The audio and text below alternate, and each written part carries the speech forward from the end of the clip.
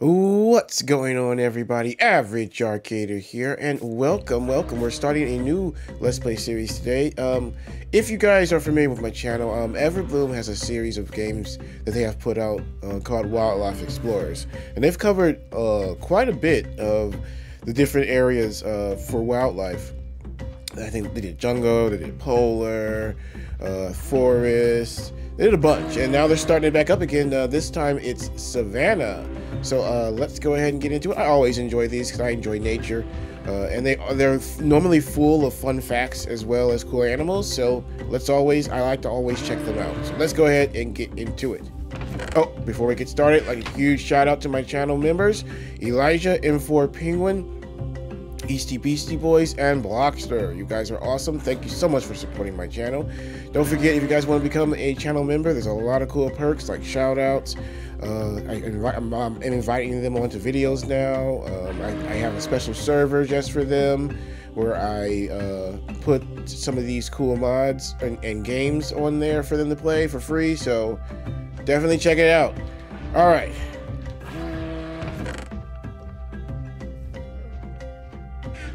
Also, guys, don't forget about the giveaways I do every month now. For members, it's a $50 Amazon Prime card, and for subscribers, it's a $40 Amazon gift card. So if you want to enter that, just make sure you're subscribed and make sure to comment on every video. For every legitimate comment per video, you get an entry.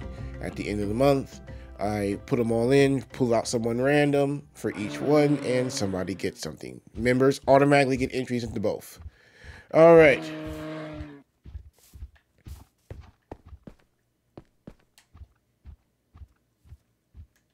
And this is the credits. Ah, about time. I was wondering if you'd gotten lost on the way. Welcome to the research lab. This savanna houses several ecosystems and hundreds of different animal and plant species. In particular, we are studying species impacted by climate change and human activities. Every creature on Earth is affected, but some animals are in more danger than others, and it is mankind's responsibility to save as many of them as we can. While the savanna can be dangerous, your survival experience makes you well suited to traversing the wilderness while gathering data on the animals. You can pet and feed various animals, but we need you to gather data on every species you can by photographing them. To do so, hold the camera in your hand, point it at the animal you want, and punch to take the shot. Simple as that.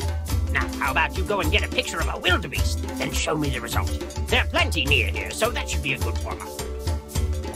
I kind of like it. All of them kind of have the same setup. You go out, you find different animals, and you take pictures of them. Then they'll give you more information about them when you bring that picture back. Wildebeest got the short end of the stick in the food chain. Despite being strong and thus dangerous, nearly every predator on the savanna prefers to hunt and eat wildebeest over pretty much anything else. Even hyenas, which weigh not even a third of what a wildebeest does, will swarm them. Wherever tasty wildebeest herds appear, giraffes and other animals are far less likely to be attacked by predators.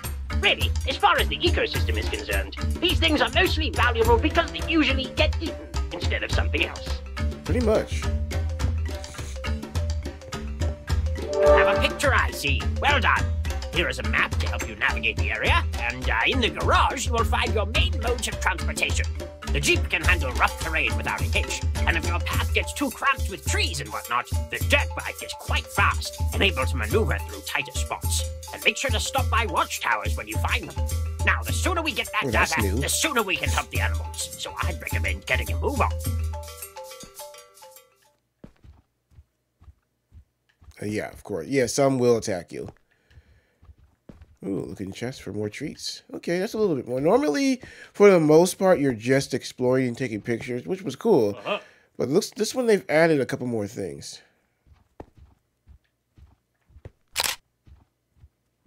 Okay, they gave me some food.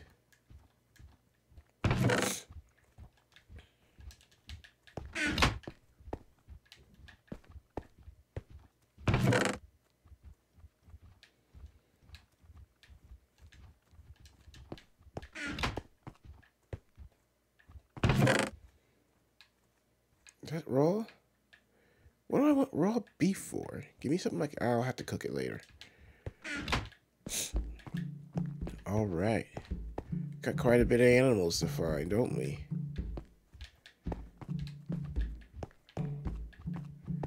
All right, let's get started. Let's take the dirt bike first.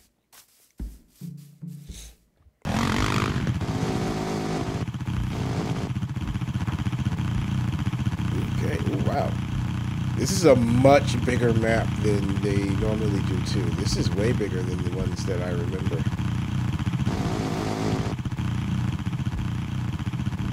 Okay, we are at the mountains.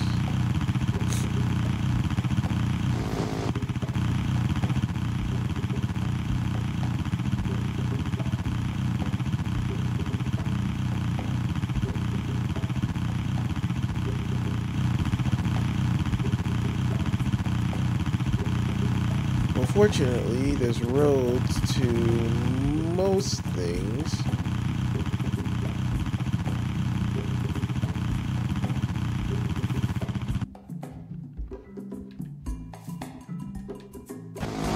Oh wait, let's take a picture of that warthog. Although they look a lot like boars, warthogs are not nearly as mean. While a boar will charge you out of nowhere and try to tear you open with those big sharp tusks, warthogs will instead run away if they can. They can go up to 30 miles per hour and have been nicknamed the Kenya Express. Otherwise, if they don't feel threatened, they tend to be fairly relaxed animals. We've got some records of warthogs actually letting mongooses and certain types of monkeys groom them and eat ticks and the like off of the warthog's hides. That I didn't know. These tortoises can live up to 100 years. Those neat spots and patterns on the shell, which give the leopard tortoise its name, become bright and obvious as the tortoise grows into a young adult, but they fade to brown and a sort of dull greyish colour over decades, until the only pattern you can see are the cracks between the shell's segments. To get the calcium they need to grow those shells, they will sometimes munch on bones. Wild, huh? Well, bones and hyena poop. Okay. Ooh. Yeah, I'll follow the road and then start, when I start having to look for unique animals, we'll start leaving the road. But we'll just follow the road for now. Ooh, rhino over there. What you're looking at is the fastest species of land animal on the planet. It can sprint at least 60 miles per hour and will actually trip its fleeing prey rather than tackle it. Since an antelope can run around 50 miles per hour, falling at that speed might be fatal. Normally, cheetahs hunt individually, even if they share the rewards with friends. But recently they've been hunting Notice more together. male cheetahs hunting in small groups to take down prey larger than what any one of them could. We might be seeing their next noticeable step in evolution right now. Yeah, that's actually a much bigger thing now. They're staying in smaller groups and hunting together.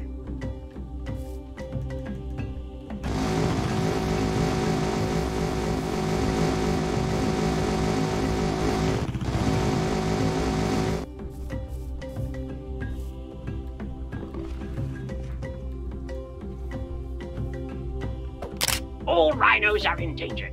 Some species more so than others. For example, there are only 2 northern white rhinos left. Yep. Once they pass away, the species will no longer exist. Rhinos are too big and tough to have natural predators, but humans hunt them for their horns. Good people are working to stop poaching, and rhino populations are now recovering, but it's hard, slow work. Still, if you get friendly with a rhino, you'll find out it's pretty much just a giant armored puppy with a deadly spike on its nose. Pretty much. They love attention and scratches. The most aggressive they'll get is maybe during mating season, and even then, they'll most part just leave you alone, as long as you're not like in their territory or in their face. You've got more chances of them attacking a vehicle than attacking you. Welcome to the outskirts of the savannah. You'll find plenty of animals here, but to reach the really rare and most interesting species, you'll want to follow the mountain path further into the wilds later. Thank you. By the way, I'm pretty sure the voice actor for the researcher is my boy Redstone Scientist. He does a lot of voice acting for for Everbloom, the awesome people who made this. He's actually a really good voice actor. And he does a lot of voices.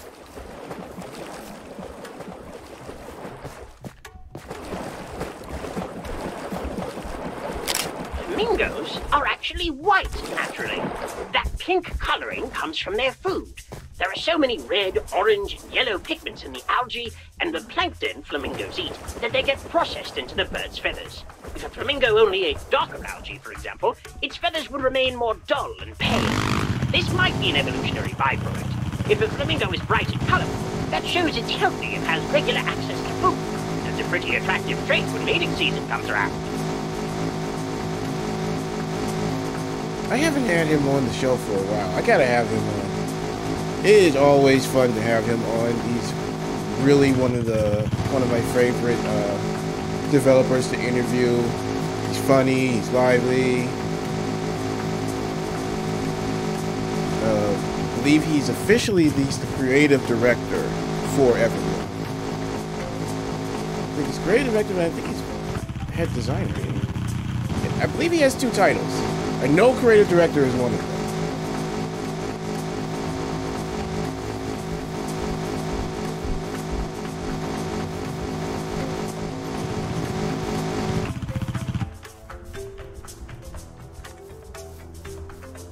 Native to the Americas, these guys have a reputation for curling up in a ball of armored shell to hide from predators. Thing is, all but 2 species have too many places to curl up. Some will run while a 9-banded armadillo, for example, will jump straight into the air when it gets startled. Not exactly There's a tower up there. Help, but it's Yeah, funny to get up watch. there. Just don't touch an armadillo without gloves. They often carry leprosy. Yes. Don't want that disease if you can help it. Many people have gotten sick because of that. Because you don't think about it. A lot of people, you know, you just see the armadillo, you think, oh, this little armadillo thing, let me play around with it. Because they are actually fun to chase, and not realizing, oh, wow, now I'm sick. How did I get leprosy? Yeah. They can use tools, have long memories, might even have their own rudimentary language. And despite that, there are a lot of people who illegally hunt elephants for their ivory tusks. Yep, just Between like the poachers rhinos. and climate change shrinking the habitat that elephants can survive in, their population went from nearly 27 million in the 1800s. Okay, so this is a to teleport less than point. 415,000 in 2016. That means for every 10 elephants alive in the 1800s, there are only 1 or 2 alive today. Now, elephants are aggressive. They are the opposite of rhinos. They will attack you in your vehicle. They will attack you on foot. Elephants are quite very aggressive. Like, you can find docile ones, but it's probably for the best to steer clear of a wild elephant.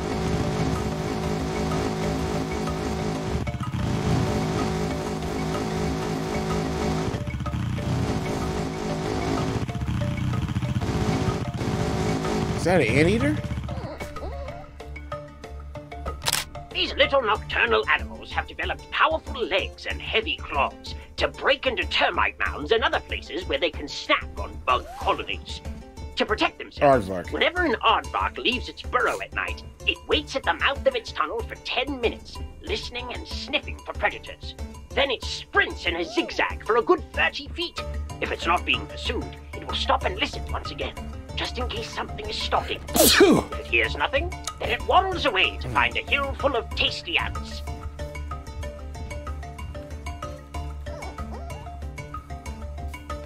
Jaguars are considered the least likely of all big cats to attack humans. Doesn't mean you shouldn't be careful, Yeah. but a jaguar will just watch you wander by, as long as it's not starving or feeling cornered. Otherwise, this is a nocturnal apex predator that plays a vital role in maintaining their ecosystem by keeping herbivore populations under control.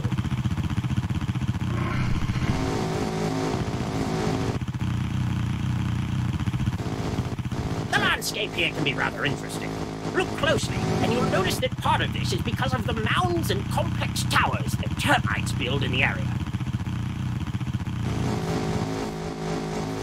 Okay, we need to head back. Where are we at? There we are.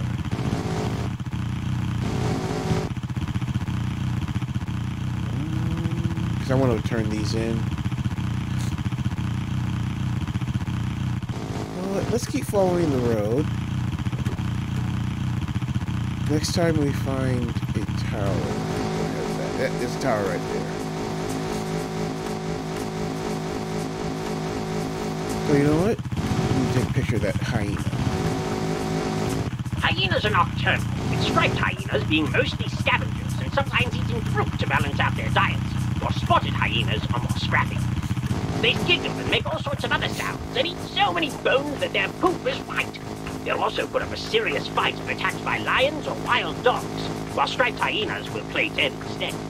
Thing is, both methods seem to work. It's just that out of the ones that survive, the hyenas that play dead tend to walk away with their ears and hides intact.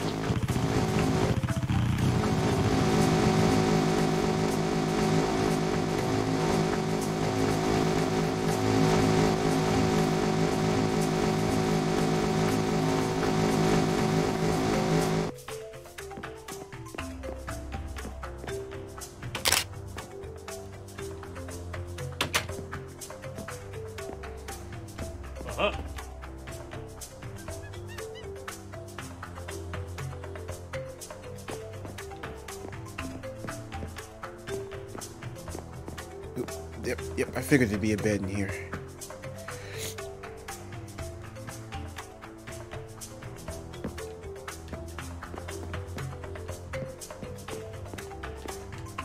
Making sure there was no chest.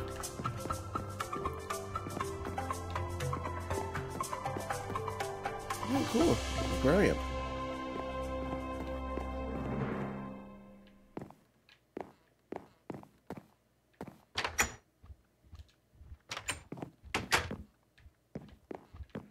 Okay, let's get back out there.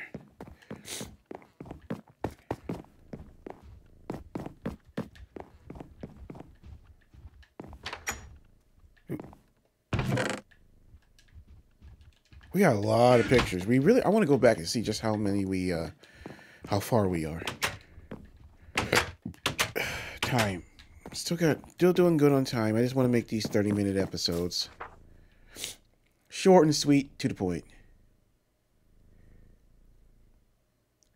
Can we teleport back using the map?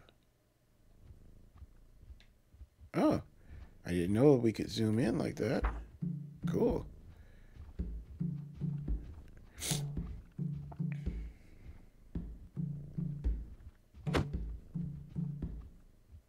Ah. Teleport. Okay, yeah, so we can teleport.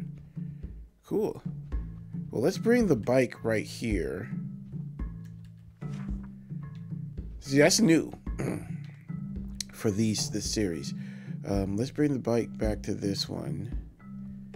And then I will check out the water, because I don't think I really did too much in the water. There's got to be something else I could have took a picture of in there, like an alligator or something.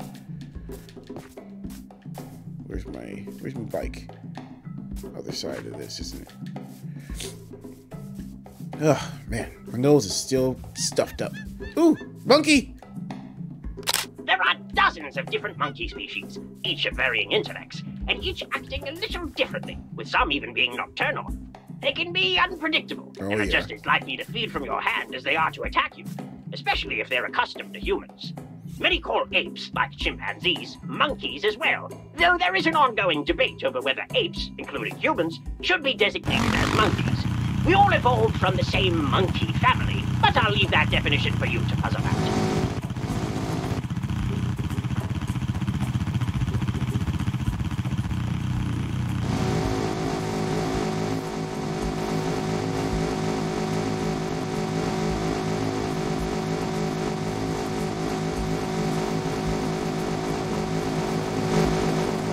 Yep. I missed the alligators and the hippos.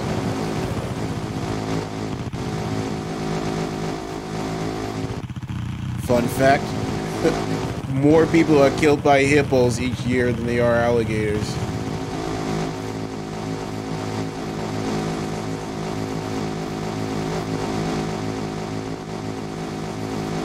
Like right here. Okay, so we're here by the oasis. Weekend at the oasis. Most of you are not gonna know what I'm singing, because I am old.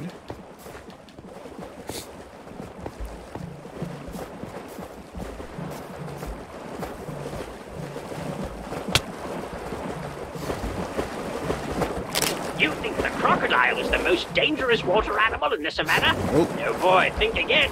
Hippos are very aggressive. Even crocodiles won't mess with the adults. Yep. They will charge and trample anything that so much as looks at them funny. And they are swift enough in the water to chase down and fight anything that makes them angry. If that jaw's crushing power doesn't ruin your day, and being dragged underwater where you can't breathe will. They'll even capsize boats and attack the people who fall in the water. Yep. These things are nuts. Like, they're crazy aggressive. Like, they do not play around. These monsters hunt day and night and have scarcely changed in 5 million years. Though they average at about 12 feet long and 600 pounds, the largest ever recorded was 25 feet long and over 2,000 pounds. Don't try fighting them either, as their hides are hard and will deflect most weapons. Here's the weird part, though. Even though their jaws can bend steel when they snap shut, the muscles that open them are so weak that you can hold them closed with just a band of duct tape. I wouldn't advise trying this, though. All the power is put into the snap. Nothing else. And, just like alligators, they are delicious. I actually fry up alligator meat on a regular basis. I have a couple different places where I live where I can get it. I love it. I've tried a lot of rare foods. An But oasis I really is like a fertile patch of land And in snake's a dry good, too. environment, attracting creatures from all over. At the moment, though, the season is only right for hippos, crocodiles, flamingos, and pythons. Underground sources of water keep the plants and animals here alive, creating miniature ecosystems that are totally different from the surrounding areas.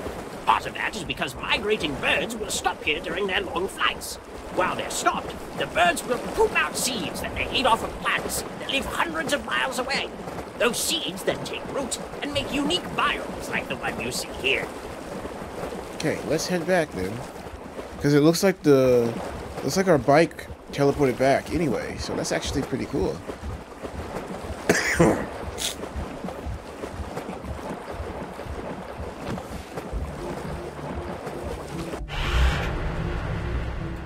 Okay, cool. Because I was worried. I'm like, man, I'm going to have to remember where my bike is. Okay, yeah.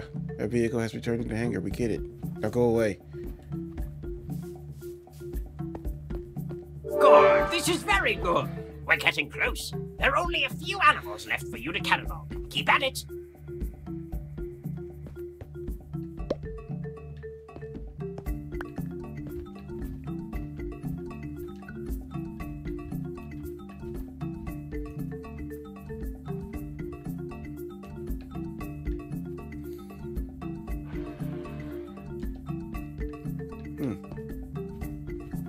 I have to figure out how to get rid of that. It's not going away.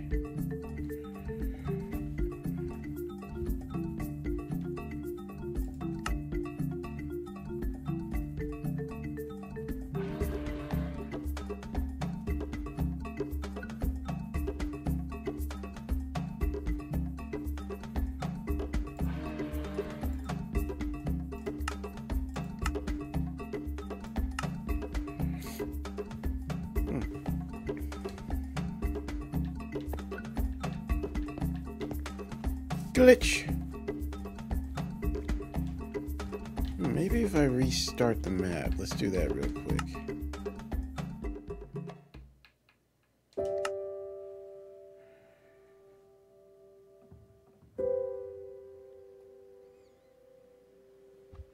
No, still freaking here.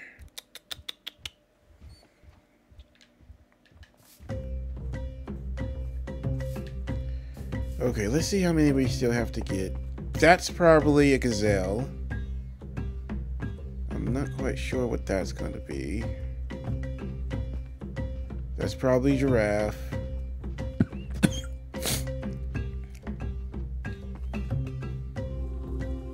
Not sure. Llama, maybe?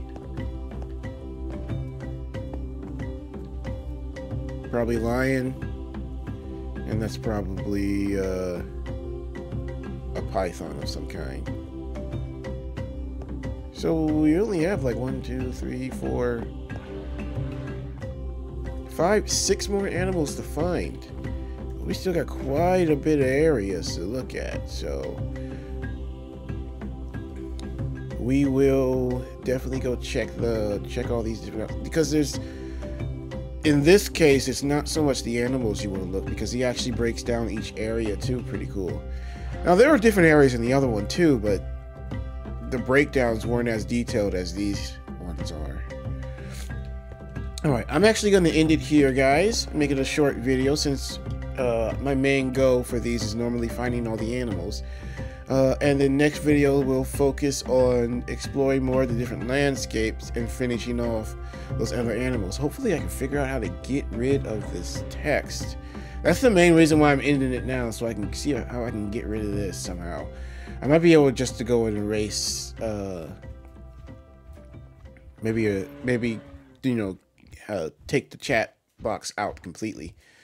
Fortunately, Everbloom is one of the few studios that always tries to make sure to do voice acting to go with their games, and it really helps guys out like me anyway, because reading and going on and doing everything at the same time is kind of hard. So I might have to just take the whole box off. I don't know. Well, I'll figure it out later. Alright guys, thanks for watching. If you enjoyed, make sure to leave a like, share, subscribe, and hit that notification button. It really helps the channel grow. Also, if you guys can, like, bear with me. I have a lot to cover. If you have something you want me to cover, you know, by all means, ask me on the comment section, but understand that I have a lot I have to cover. I'm way behind in covering it, so it may be a while, and some things I just don't get to. You know, there are maps that actual developers have asked me to cover, and I just haven't gotten to yet because I have so much to do. You know, I do work a full-time job. I'm not doing this full-time yet, as much as I wish I could, but it's not producing enough for me to do that. But I still love doing it. I'm still trying to get to that point. I'm working there. We'll get there soon, so just bear with me. Alright, guys. That's going to be it for this video. Hopefully you'll come chime in and catch me in the next one so we can keep exploring this awesome area. Alright. Average Arcadia... Ooh, what was that? Average Arcader out.